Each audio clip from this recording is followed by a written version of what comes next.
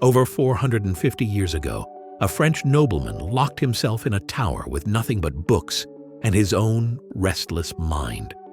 His name was Michel de Montaigne, and what he uncovered could completely transform how you think about laziness and the very nature of human action.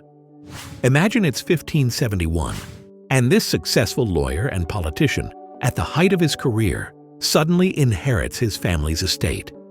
He retreats to his library, thinking he'll finally have the peace to contemplate life's great questions. Instead, he comes face to face with something terrifying. The more he tried to focus, the more scattered he became. This was Montaigne, coming face to face with the fundamental human condition that we're all wrestling with today. The gap between who we think we are and who we really become when nobody's watching. Quick pause. Think of a time this week when you felt genuinely energized by work versus completely drained by it. Hold that contrast in mind. Now, this realization led him to one of the most profound insights about human nature, which he captured in a single line. The greatest thing in the world is to know how to belong to oneself. Most people would have given up at this point, maybe gone back to their career, blamed it on stress, and called it a day. But not Montaigne.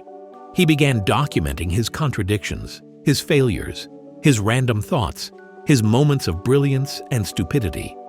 He recognized that people tend to avoid effort when they don't see meaning or necessity in it. This disconnect explains a lot about our everyday struggles. This is why you can spend 8 hours scrolling through social media without feeling tired, but 15 minutes of important work feels like torture. It's not about energy, it's about meaning, connection, and authenticity. Here's your first experiment. For the next 24 hours, just notice when you feel naturally drawn to something versus when you feel you should do it. Don't change anything, just observe the difference. Now, let's continue. He invented what he called essays, literally meaning attempts or trials. Each essay was his attempt to understand one small piece of his own nature. He'd write about friendship one day, death the next, or simply about education. He wasn't trying to be consistent or systematic. He was trying to be honest. Now think, what's one small thing you've been avoiding that you're actually curious about? Maybe it's a creative project, learning something new, or even reorganizing a space. Keep that in mind. We're coming back to it. The human mind is actually incredibly motivated, but only when it's engaged with what connects to our deeper selves. The problem isn't that we're lazy. The problem is that we've been taught to motivate ourselves toward attending meetings with unclear purposes or optimizing systems that barely impact outcomes. Remember that thing you thought of earlier? Here's how to apply this practically. And yes, this works even with deadlines and bills. This week, track when you feel energized versus drained.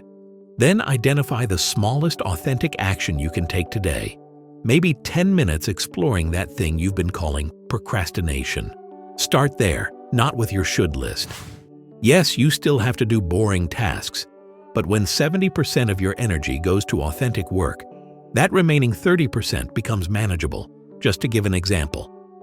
Montaigne wasn't advocating laziness. He worked incredibly hard. He was disciplined and consistent. But his discipline came from within, not from external pressure. He worked hard because he had found something worth working hard for. If this gave you something to think about, leave a like, share it with someone who might need it, and subscribe for more content like this.